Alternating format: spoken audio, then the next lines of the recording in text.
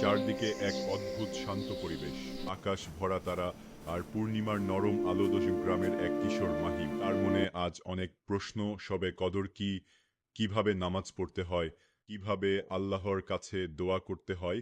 সে ধীরে ধীরে দাদুর কাছে গেল। দাদু মুচকি My হেসে child, this বললেন, story has been আজ passed down রাতে through our তুমি family. আমার সাথে Please tell মসজিদে me. চলো, It আমি begins on a night তোমাকে like সবে this. কদরের নামাজ শেখাবো।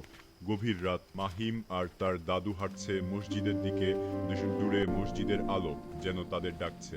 মসজিদের ভেতরে এক অপূর্ব শান্তি। নরম লণ্ঠনের আলো, সাজানো জায়নামাজ, সবাই ইবাদতে মগ্ন।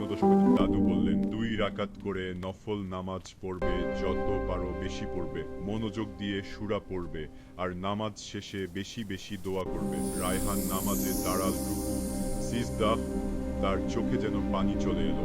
নামাজ শেষে সে 2 হাত তুলে দোয়া করতে লাগলো, নিজের জন্য, পরিবারের জন্য, পুরো দুনিয়ার মানুষের জন্য। হঠাৎ তার মনে হলো একটা শান্তির আলো তার হৃদয় ভরে দিয়েছে। সে দাদুর দিকে তাকিয়ে বলল, দাদু, আজ আমি বুঝলাম সবে কদর শুধু নামাজ না, এটা আল্লাহর কাছে ফিরে যাওয়ার রাত। দাদু তাকে বুকে জড়িয়ে বললেন, হ্যাঁ বাবা, যে এই রাতে মন থেকে দোয়া করে, আল্লাহ তাকে কখনো খালি হাতে ফেরান না।